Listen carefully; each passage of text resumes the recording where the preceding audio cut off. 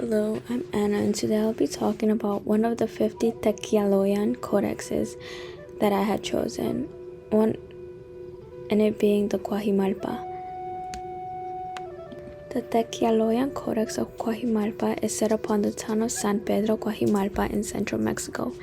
After the Spanish people had arrived around the 17th century and had made haciendas, ranches, and other towns, the indigenous populations also began to grow, and from there they wanted to recover their land that they had lost too.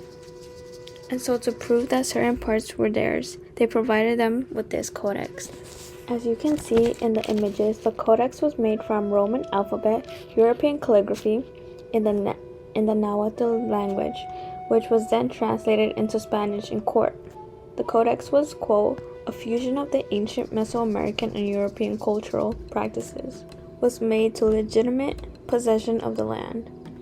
The paper in which all of this was written was made from native fig bark or amatil, and it was to keep a sense of native tradition.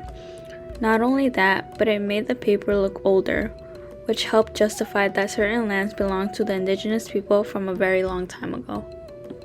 The timeline of the Techialoyan Codex of the Cuajimalpa started in the 1550s, up into the 18th century, where these Nahuatl documents were being recorded in pueblos.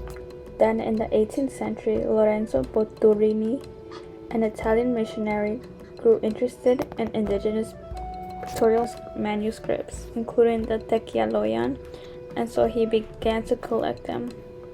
Then, in the mid-20th century, scholars had realized that the codices were not only pictures, but had a much deeper meaning to them. Now, moving on to the actual images of the codex, the images from 1 through 12 showed communities before colonization. In the first image, we can see what many would describe as a triangle, but it is in fact a mountain which would represent a home to the indigenous communities. Next to that image is two people, a woman holding what we can assume is the Eucharist up in the sky, and a man in the front, which we can also assume is Adam. Image is Adam and Eve, but in a Mesoamerican version. Next to that image, we see the system in which showed what territories belong to who in the Altepel, and the people highlighted, or the heads that are shown, we can assume would be the leaders of these communities. Lastly, an image of a building is shown to prove that they had them before the Spaniards came. After the 1 through 12 pages, we then see in the codex we are introduced to the Spaniards.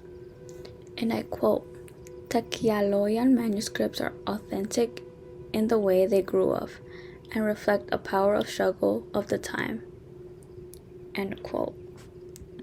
In this quote, Stephanie Wood meant that throughout this codex we can see how they would struggle to maintain in power because of the Spaniards, but they didn't hide it, but rather showed it through images.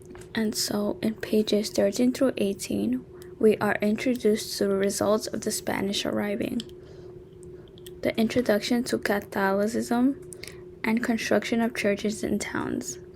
It is important to note that if a church had a bell and fences around it, then that meant that the pueblo's economic status was high and had many resources, as it is shown in the middle image. Moving on to pages 19 and 41, in which showed mainly communities and land after the conquest. These pages mainly focus on the people from these communities telling others what land belonged to them.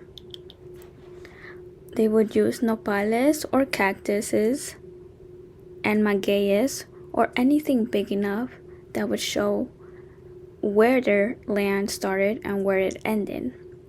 What is very surprising to me is how the Codex also showed both genders several times, which showed how important both were. Contrary to European belief in which the man holds more power, here we can see that both genders are equally as important.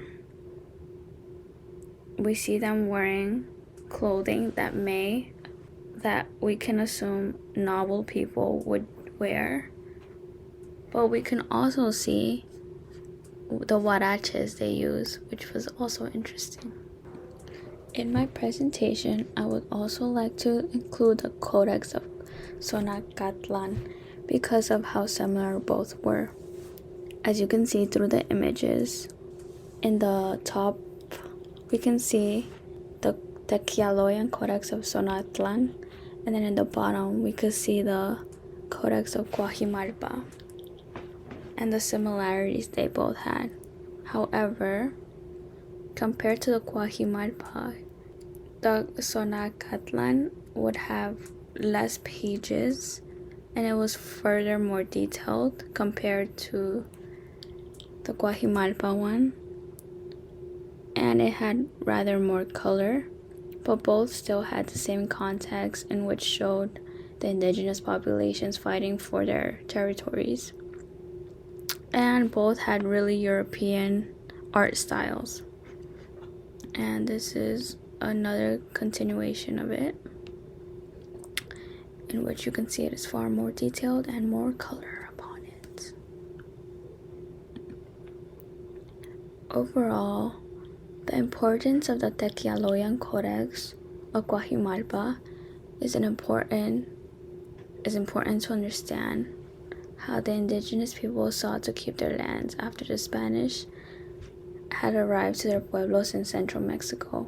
Present day, many have difficulty understanding the different codex that are available due to its language, because many of the people who had written these would write it based on hearing and the different alphabet each region would use.